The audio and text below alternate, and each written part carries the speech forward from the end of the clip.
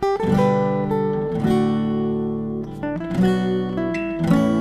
yang perlu dilakukan ataupun difokuskan jika seseorang itu ingin mengekalkan kepulihan mereka. Jadi saya punya jawapan ni adalah daripada sudut saya sebagai seorang yang di dalam kepulihan dan juga daripada sudut seorang kaunselor. Ini juga adalah tips-tips yang saya kongsikan kepada klien-klien yang saya bimbing. Okey, satu, bagaimana nak mengekalkan kepulihan ni, satu, kena apa yang perlu difokuskan adalah untuk membina jaringan sokongan sosial yang dapat memberi sokongan sama ada secara emosional ataupun praktikal dalam menjalani kehidupan dalam kepulihan ni yang sememangnya mencabar. Dan apa yang saya buat adalah mencari orang-orang yang boleh saya rely on, yang boleh bantu saya, yang boleh saya jadikan rakan ataupun ally ataupun sekutu yang boleh bantu support saya, sama ada memberi support sokongan dari sudut emosional yang berbentuk emosional ataupun sokongan yang berbentuk praktikal kan. Jadi ally ini ataupun individu-individu yang boleh membantu saya dalam kepulihan dia, dalam kepulihan saya boleh jadi kan, boleh jadi rakan-rakan dalam recovery, rakan-rakan dalam kepulihan. Kita kalau masuk dalam pemulihan kan ada peers yang sama-sama masuk, sama-sama menjalani rawatan sama. Jadi kita develop friendship dalam tu. Kita develop bond dalam tu yang berkekalan dan berterusan sehinggalah kita keluar kembali ke pangkuan masyarakat. Jadi saya ada rakan-rakan yang bantu saya dan yang bagi sokongan, yang bagi saya hope di kala saya putus asa, satu. Jadi ally ni juga ataupun sekutu ni juga boleh jadi dalam kalangan ahli keluarga kan. Dalam kalangan ahli keluarga mungkin abang ke, mungkin adik ke, mungkin makcik ke, mungkin parents kita sendiri ke, mungkin wife kan. Boleh juga jadi ally ni juga boleh jadi para profesional. Contoh yang boleh kita rujuk untuk mendapatkan sumber rujukan maklumat. Contoh pakar psikiatri boleh jadi ahli psikologi, boleh jadi kaunselor kita kan, yang kita talk about our issues, boleh jadi. Jadi perlu ataupun penting untuk membentuk sistem sokongan sosial yang bantu supply kita dari sudut sokongan yang tadi. Kerana kita melalui proses tadi tu, ongoing proses tu, yang berhadapan dengan banyak cabaran tu tadi kan. Itu satu. Yang kedua, yang saya sarankan untuk mengekalkan kepulihan adalah membina coping skills tadi.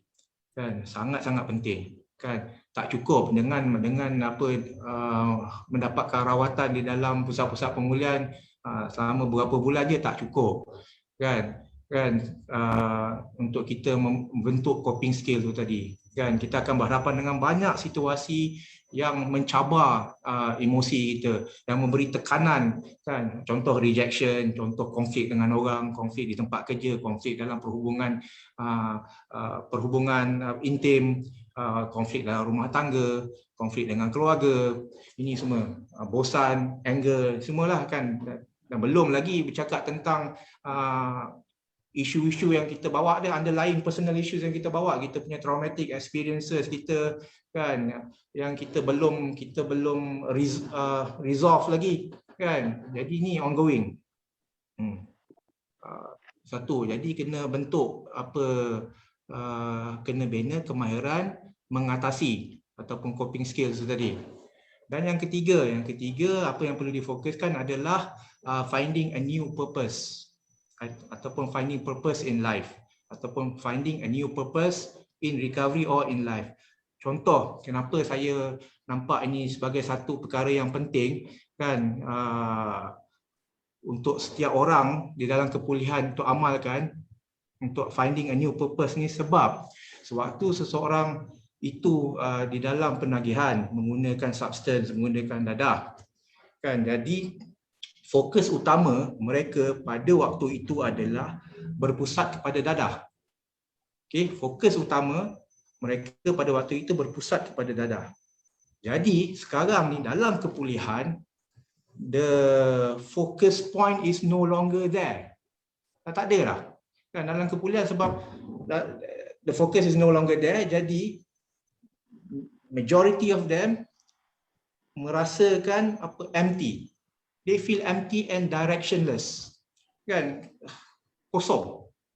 Kan? Selama bertahun-tahun fokus tu adalah dadah. Sekarang dah tak ada fokus.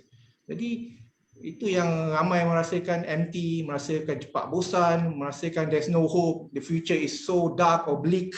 Kan? Jadi pentingnya dalam kepulihan ni adalah untuk mencari new purpose in life. New purpose in life ni boleh jadi apa saja yang seseorang itu anggap penting. Anything that matters to you. It can be your family. Contoh, it can be your family. Contoh, ada orang dapat sustain kepulihan dia kerana they found purpose, kan, untuk take care keluarga. Contoh macam Prof. HD, saya nak kaitkan dengan Prof. HD cakap tadi.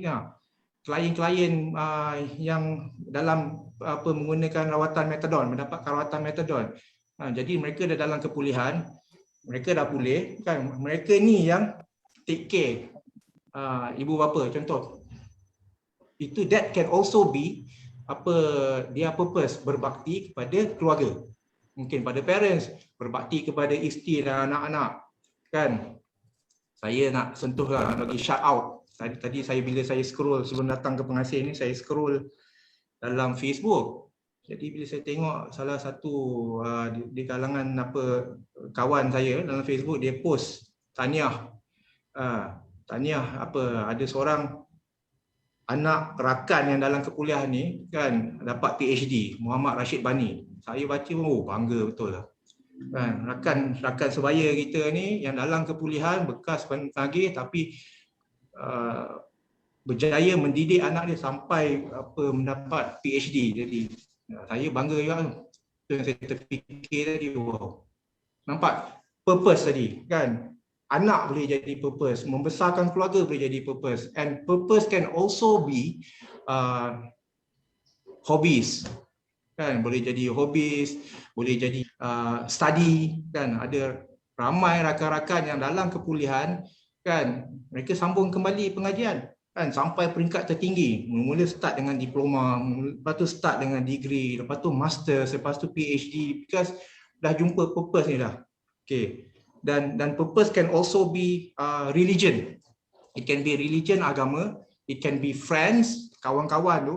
It can be an act of service, nak bantu orang, kan. Dan it can also be health. Jadi adalah penting untuk kita sebagai seseorang yang dalam kepulihan untuk to find a new purpose. Okay. Itu